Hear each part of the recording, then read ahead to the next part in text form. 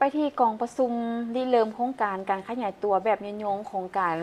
ปลูกไม้และการปรุงแต่งไม้ในลาวและออสเตรเลียระยะที่ 4โดยจัดขึ้นในวันที่29มังกร2026อยู่ที่นครหลวงเวียงจันทน์กองประชุมภายใต้การเป็นประธานร่วมของศาสตราจารย์ปริญญาเอกเดชานุราชแสนดวงเดชอำนวยการใหญ่มหาวิทยาลัยแห่งชาติท่านนางมิแกนโจนทูตออสเตรเลียประจำลาวโดยการเข้าร่วมภาคส่วนที่เกี่ยวข้องโครงการการขยายตัวแบบยืนยงของการปลูกไม้และการปลูกแต่งไม้ในลาวและออสเตรเลียระยะ4โดยโครงการนี้ต่อยอดจากโครงการริเริ่มป่าไม้ในลาวที่ประสบผลสำเร็จก่อนหน้านี้ซึ่งได้รับทุนสนับสนุนจากศูนย์ค้นคว้ากสิกรรมนานาชาติออสเตร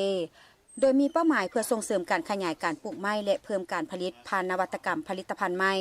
สำหรับตลาดภายในประเทศและตลาดส่งออกการเสริมสร้างความเข้มแข็งให้แก่ภาคส่วนปลูกไม้และการปลูกแต่งไม้ของลาวจะก่อให้เกิดผลประโยชน์ด้านสิ่งแวดล้อมสังคมและเศรษฐกิจอย่างหลวงหลายโดยผ่านต้องโซ่การสนองผลิตภัณฑ์ไม้และป่าไม้จากผู้ปลูกไม้ขนาดน้อยไปสู่ผู้ปลูกแต่งและผู้ส่งออกรัฐบาลลาวได้ระบุว่า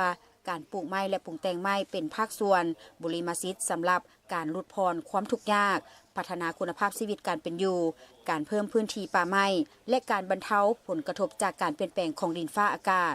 การจัดตั้งปฏิบัติโครงการดังกล่าวจะสร้างความเข้าใจในการค้นคว้าและคำแนะนำทางด้านนโยบายเพื่อสร้างความเข้มแข็งให้แก่แขนงการปลูกไม้และการผลิตภัณฑ์ไม้ของลาวที่ผสมผสานการค้นคว้าผลิตภัณฑ์ไม้การวิเคราะห์ตลาดการพัฒนาระบบต้องโซ่มูลค่าเวียงงานนโยบายยุทธศาสตร์และการสนับสนุนการศึกษาและการฝึกอบรมแนวทางหลักรวมมีการค้นคว้าผลิตภัณฑ์ไม้การวิเคราะห์ระบบต้องโซ่มูลค่าการพัฒนาความอาจสามารถการวิเคราะห์บทบาทยิงทรายและขอบการคุ้มครองป่าไม้เพื่อรับประกันแนวทางการค้นคว้าที่สอดคล้องกันโดยมีจุดเป้าหมายเพื่อขยายการปลูกแต่งไม้แบบยืนยงมีกำไรและรวมทั้งการปลูกแต่งไม้โดยอิงไซป่าปลูกในลาวและออสเตรเลียเพื่อเพิ่มรายรับของครัวเรือนและแห่งชาติพร้อมทั้งสร้างผลประโยชน์ต่อสังคมและสิ่งแวดล้อมโครงการดังกล่าวจะดำเนินไปฮอดปี 2030